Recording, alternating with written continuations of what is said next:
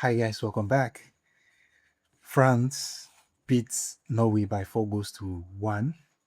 Personally, for me, it was an exciting game that I was looking forward to, right? And I was excited that I'm going to watch something exciting between both sides. But with this result, it is obvious that it was just a one-sided game, right? It was a one-sided game all through because France dominated Norway. I know they rendered them like I don't want to use a foul language. Do you understand? I don't want to use foul language, but the way France played against them, they render them impotent. Let me use that. Let me use that. Let me use that language, right? Personally, right, I think is because they have qualified, and that's the reason why they arrested some of their players, which is understandable, right? But from France's point of view, they have a lot of talent.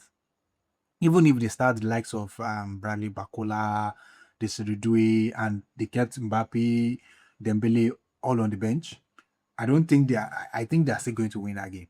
I think they are still going to win that game, but it is what it is.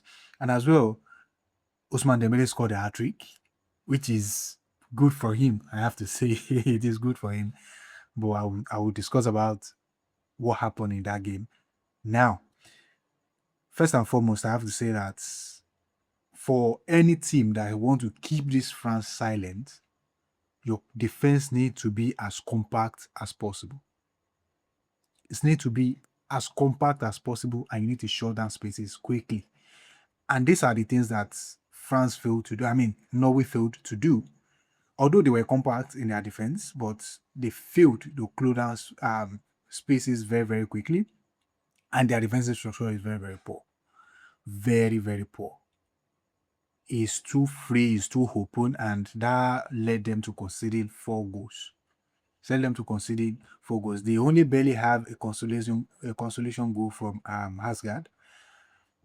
I don't know. It wasn't really something for them, but from my point of view, I think France did very, very well. I know it's 3-3 for them.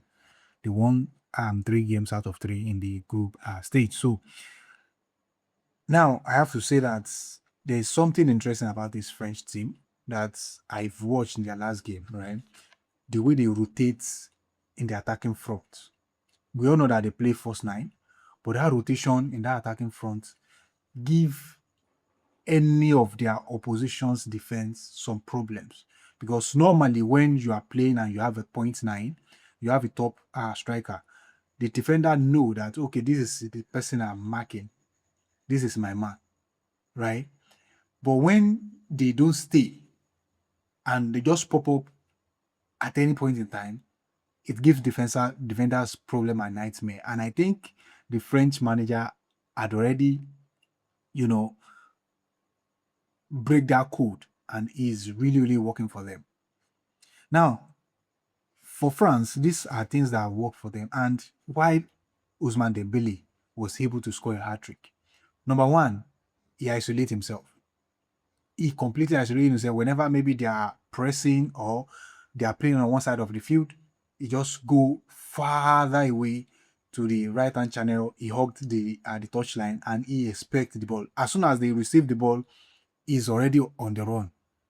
And that was how he got the first goal in the 7th minute, right? He was located with a brilliant pass and, he drove into the box.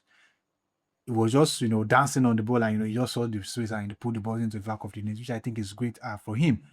And as well, the second one, right, still the same thing. And as well as a toss goal. Do you understand? And these are reasons why I said the Norwegian's defense is really, really porous, right? When you have Usman Dembele on the ball, you have to shut down the spaces as quick as possible because he's a very, very dangerous player. Likewise, there's Desiree from the other side. But Desiree didn't really operate that much like Usman Dembele did in the first half. However, in the second half, they came back into the game and they just reduced the intensity of the game and they allowed Norway to play.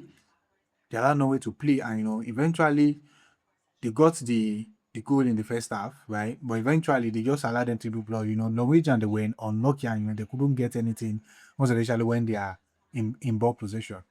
right? And what they fail to do is what France did against them, and they defend really well.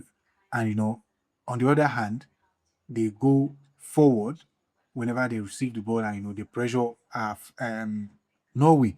But that second half is not exciting at the first half. But it is understandable that they've already qualified, and they are trying to rest players. And France, from their own point of view, they are trying to just reserve their energy and just reduce intensity of the game. So which is understandable. So, but for me personally, I think these fans have, like, let's say, higher chance of winning this World Cup. It's my own opinion. You can drop it us in the comments. Let me know what you think. But for me, I think they have a higher chance of winning this World Cup. So these are just my thoughts, my own opinion about the game. Drop your thoughts in the comment section. Let me know what you think about it, and I'll see you soon on another one. I'm bye for now.